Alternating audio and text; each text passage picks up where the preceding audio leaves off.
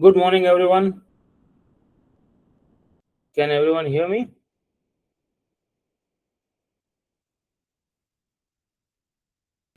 Yes, sir. Okay, great.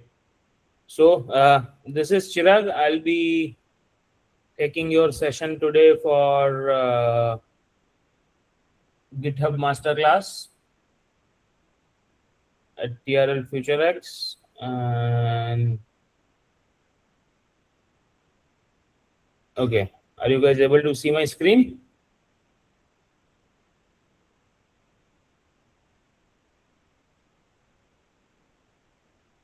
Everyone is able to see the screen, or anyone is facing issue?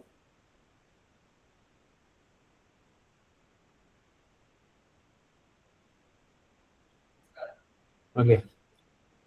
So, we'll be going through the Git and GitHub basics. Right. We'll see the first commit version control, what will be the branching strategies, and what are the good habits, what are the bad habits, and everything in this session. So, what we will be covering today in this 30 minutes of session.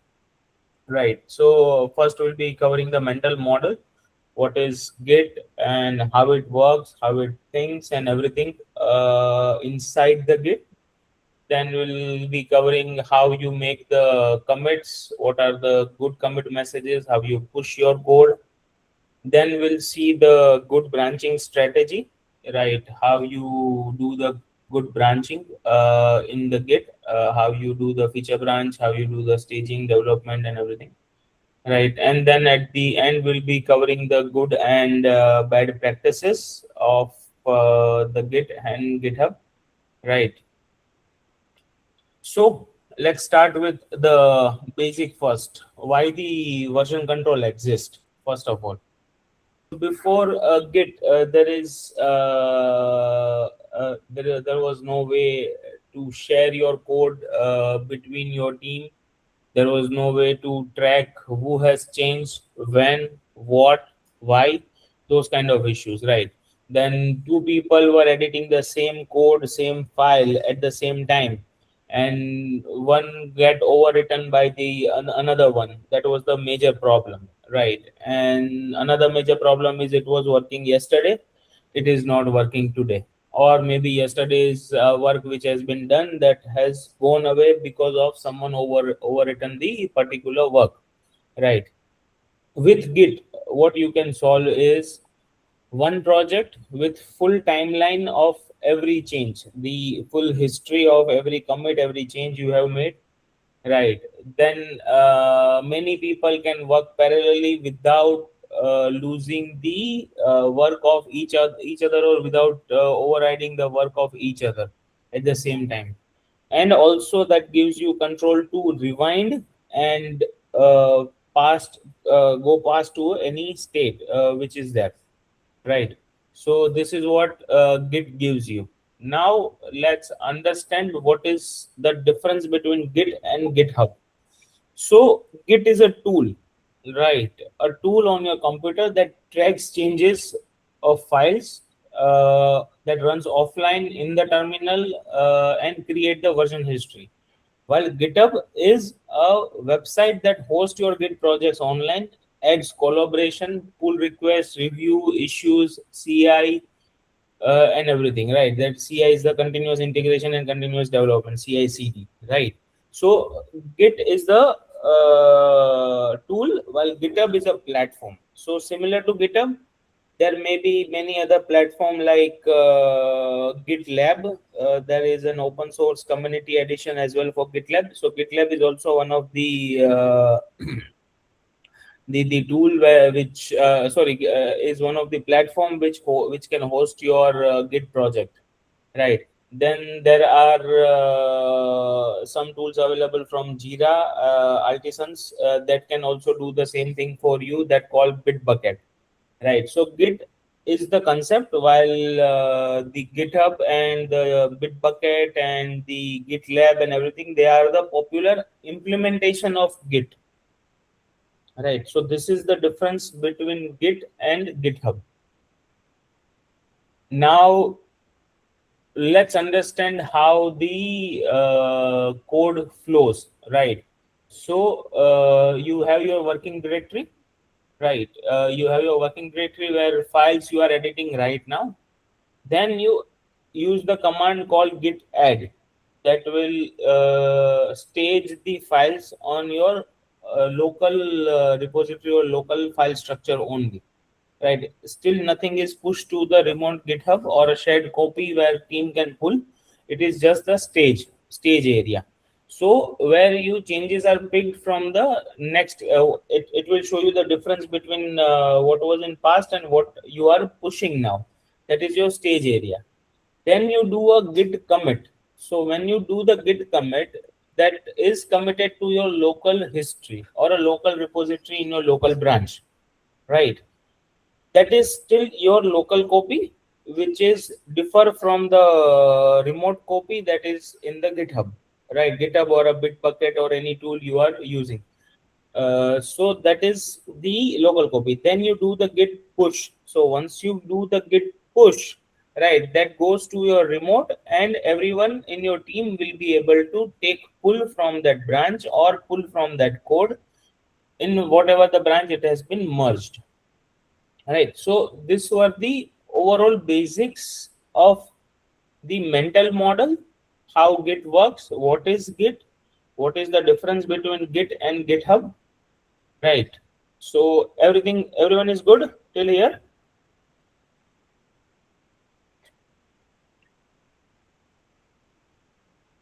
You can use the chat box here if you have any questions till now.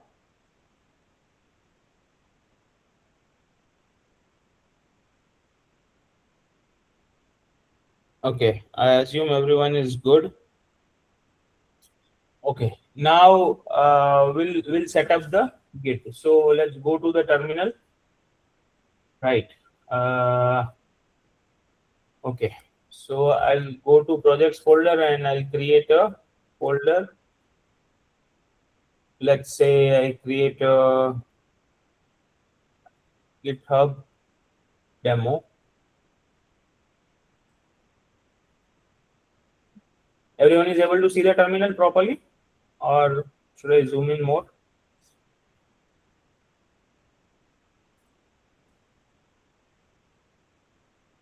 Okay, then we went into the GitHub demo. Now, every commit you make that is stamped with your name, right? So there are two ways. One is the global. So right now, if I check git config, as this is my personal machine, right? So I check git config user dot name. It will show me my name, which is configured. If I see user dot email, it will show me the email which is configured.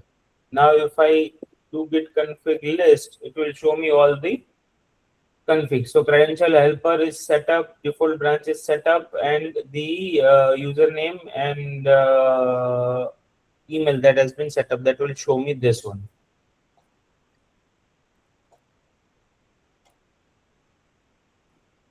Right. Now we are in the GitHub demo. So let's say I want to set up git config user.name GitHub demo. For example, GitHub demo user.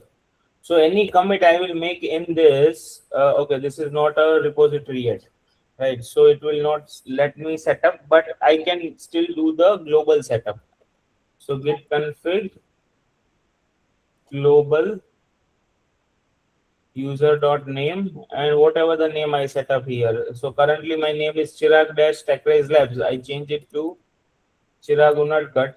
Then any commit from now onwards, anywhere in this system, I will make, that will go as an Git username as in Chirag Unadkat, right? But it will override, like if there is any local setup has been done for, let's say, this particular folder. If I do a local setup, it will go with that local name. So let me initialize the repository first. So I've initialized the repository. Now I'll set up the config username, that is demo user, and I config user.email as an GitHub user example.com, let's say. So any commit I will make in this particular repository now, that will go with the name GitHub demo user and GitHub user at that example.com. Let's say I do touch readme.md. I'll do git status. So what is the status of this code? So there is a readme file which is untracked file that will be included in the next commit, right? So let me arrange the screen a bit so that you guys can see properly. Yeah. So git status. Now I add git add readme and the git commit, add that new readme file. Now if I do git log, you will see the commit that has been made by who is the author? GitHub demo user. What is the email address? GitHub user at the example.com. Right. If I push this, it will ask me to set up for this particular repository. So that's why it is not letting me push the code.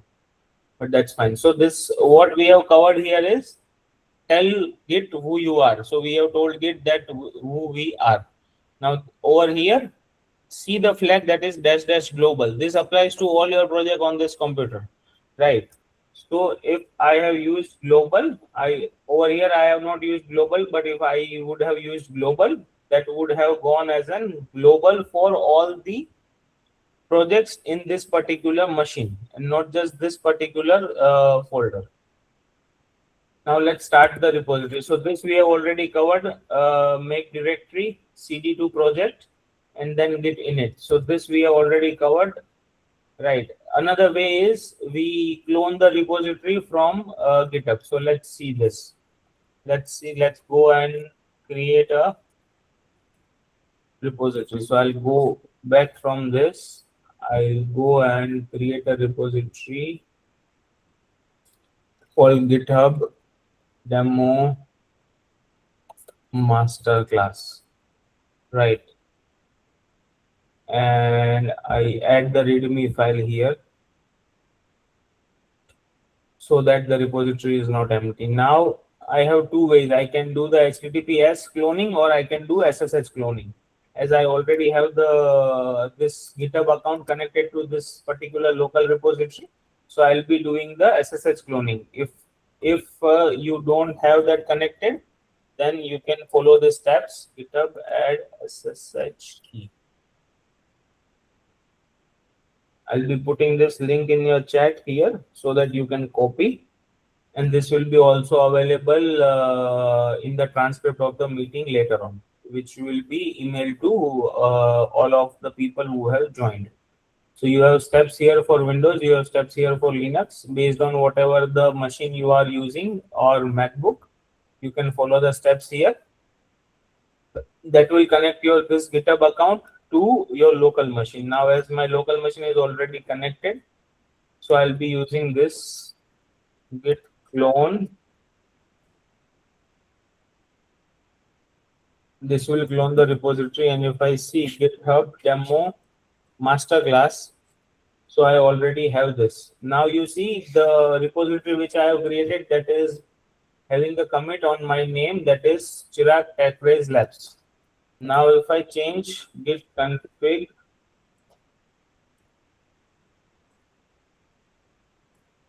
user dot name as git demo user and git config user dot email git demo user at the example.com, and I see there is no changes, but I do git touch, not git touch, I just do touch index.html. I have the file, I added the file, right? I commit the file, add base index.html file. git push, and I refresh here, you will see the commit with the name git demo user. You will not see the commit with the name Chirag Techrays Labs. You will see the name as a git demo user. So this is what we told Git, who we are, what we do, and sorry, who we are and what is our email address, right? So this we have covered. We have started a repository blank, and we have also covered the cloning the existing repository.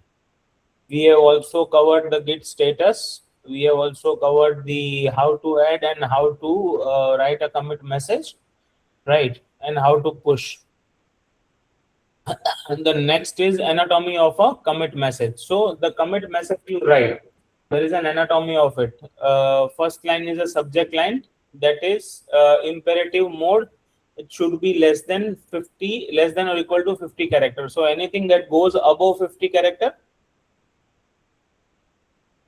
that automatically goes as an body, right? Body of your commit message. So good practice is to have the subject line and then to have a body. Why? So subject line says what and the body says why, right? So for example, this one, add an inline validation to a login form, reject empty password and show an inline error instead of failing silently, fixes the issue reported by QA in has 214. So has 214 maybe one of your Jira ticket or GitHub issue or whatever has been version, whatever has been project management tool you guys are using. So based on that, that is the number, right? So that it can be easily tracked.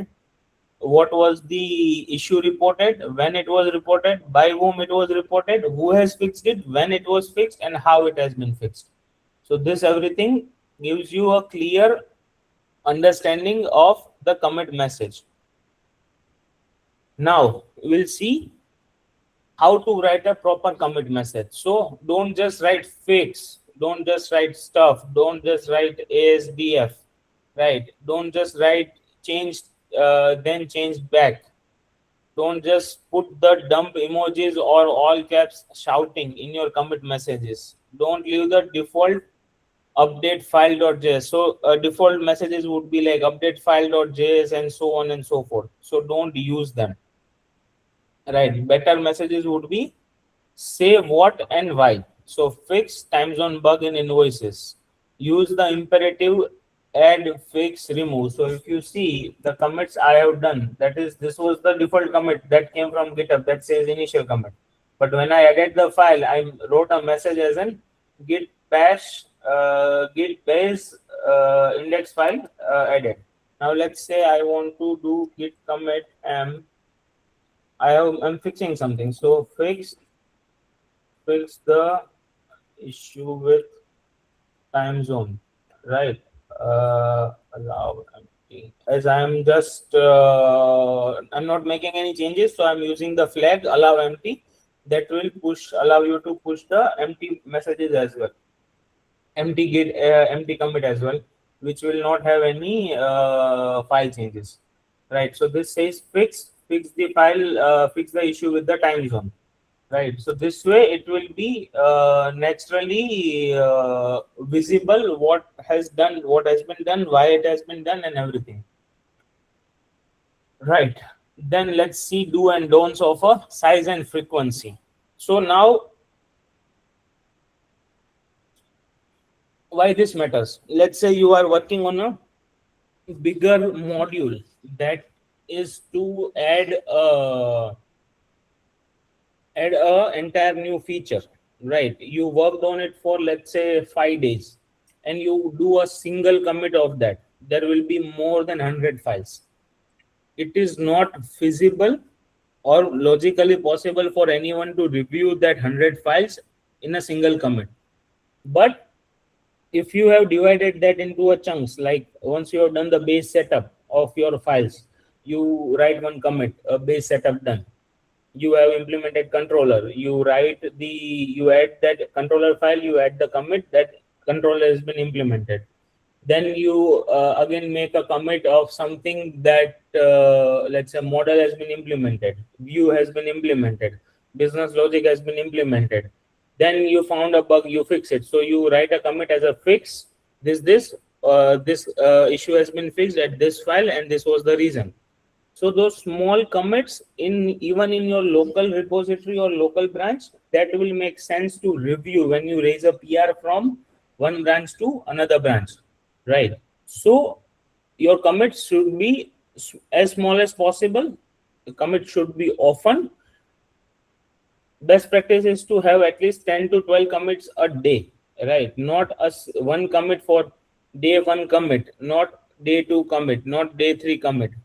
Good practice is to have a module wise, feature wise, as granular as possible commits, right? That will make it easy to revert. It will make easy to understand for anyone, right? Then never commit your node module, never commit your secrets, right? So those are the some of the good practices that we should follow. Okay, now let's understand branching, right? So what is branching? What is why the branching? So first, it will give you the isolation. So if you are working on any certain feature, you can work on the certain feature without breaking the code of anyone else who is working parallelly. Because right now, maybe if you are in college, you are working on a solo project or something, right? Then you might be just working individually. But when you work in industry, you will be working with multiple people across the team, right? So everyone is committing in the master branch. It is not going to help. There will be conflict and everyone in everyone's code, and everyone will be facing issues over there. So to avoid that, we need to make sure we do the branching strategies, we do the parallel work, and that will be also safe to review when you raise a PR from one branch to another branch, right? So now we'll see the branching strategy. So master or a main, that is your production branch, which gets deployed to a production, right? You always take a branch from it as an staging, where the QA reviews the work, right? That is your approval gate for deployment to a master, right? So on the staging branch, always the QA will review the QA will review the work that has been done, what has been done, whether the feature is working properly or not. Everything that will be reviewed by QA on a particular staging environment on which is deploying the staging branch. Then from that staging, there is a development branch. So that development branch is your basically an integration branch, where multiple developers are taking out branch of a feature branch. Let's say this feature slash whatever your feature you are working, you branch it off from there, you work on your local branch, you make your commits, and then you test it, and then you merge it up. So you merge it up into development gets merged to a staging. Once the QA approves, the staging gets merged to a production, which gets deployed, right? So workflows up the stack, feature to development to staging to master, right? This is getting more stable at every step, right? So this is the standard flow. Based on the project need, it can be more complex, but for now, this is the standard flow which we should follow. Right now, how you do the branching off. So let's say right now I have the master branch here. So what I'll do is I'll create a 3 branches, staging, and from that staging, okay, fresh it once. From that staging, I'll create development branch, and from development, right? Okay, now we are at till development. Now let's do this git fetch. So this will show me the branches which are there. So that is development and staging. So I'll do the git checkout development. Now I am in the development branch. So if any commit I will do from now here, that will goes to the development directly. But I need to take a branch for my work. So I'll do the git checkout branch. Let's say feature login form. So this is my branch now. Now I do the commit git add let's say I don't have anything, so I just do the empty commit again. Added base template for the login form.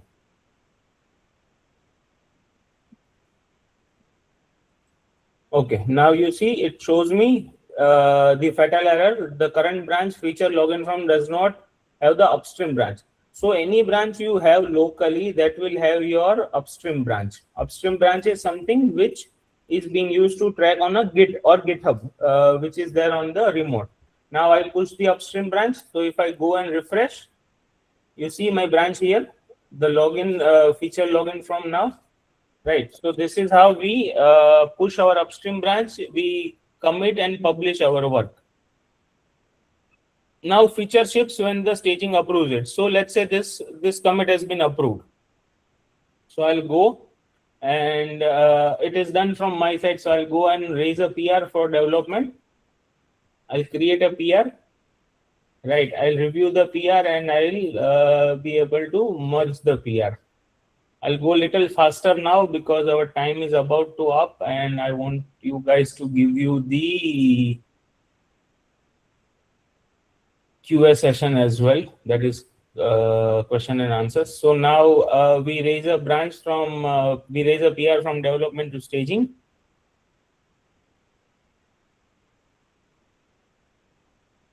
Right. So this has been merged. So we have merged our feature branch to development to staging, and now once the staging, let's say QA has approved the work, so we merge the commit to master branch. Once it is merged to master branch, it is deployed on production. Right, it is best practice to delete your feature branch because it has been already merged to master, it has been already merged to development and staging, so that you don't get piled up with the branches and your commit history stays lean, your branch number of branches stays as low as possible.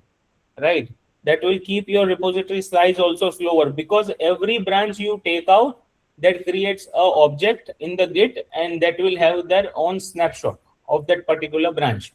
Right, so once it is approved, it is best practice to delete your feature branch. So now if you go into master, you will see 7 commits. This was the initial commit we did in the master. Again, this was the initial commit we did in master. Now this was again the initial commit we did in master, but this was the commit we did in the feature branch. So you will see that feature branch commit as well and how it has been merged. So these are the 3 PRs we did. First we did from feature branch to development, then we did from development to staging, then we did from staging to master. Right, so this way you will see all your commits, your pull request and everything. Now if you see, this was the user I have committed, this was the user I have used to commit, and based on that it has committed this. But this is the user who has merged that PR. So this is different, right? Because I am logged in with my user right now and I have merged that PR. So this user is different. Okay. So we have done the pull request and code review, right? Everyday pitfalls. So, okay. So every day, do the Git pull before you start work. So every day, let's say you have the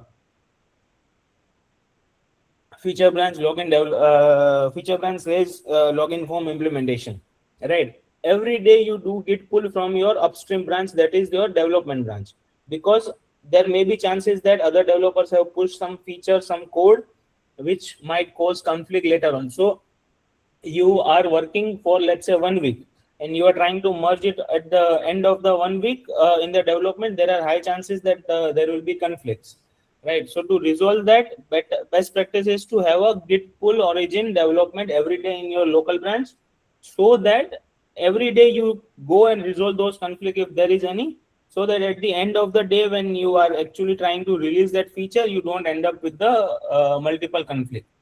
Then Git commit or stash before switching the branches. So if you want to switch branch, either you commit the changes in your branch or you stash them, right? Stash is another method for Git branching and commits. right? That we can cover in some another session, as that is the advanced topics, right? Then keep git ignore for build files and secrets. So anything you have the build file or secrets or everything, that must be in the git ignore file. That must be, that file must be mentioned in the git ignore.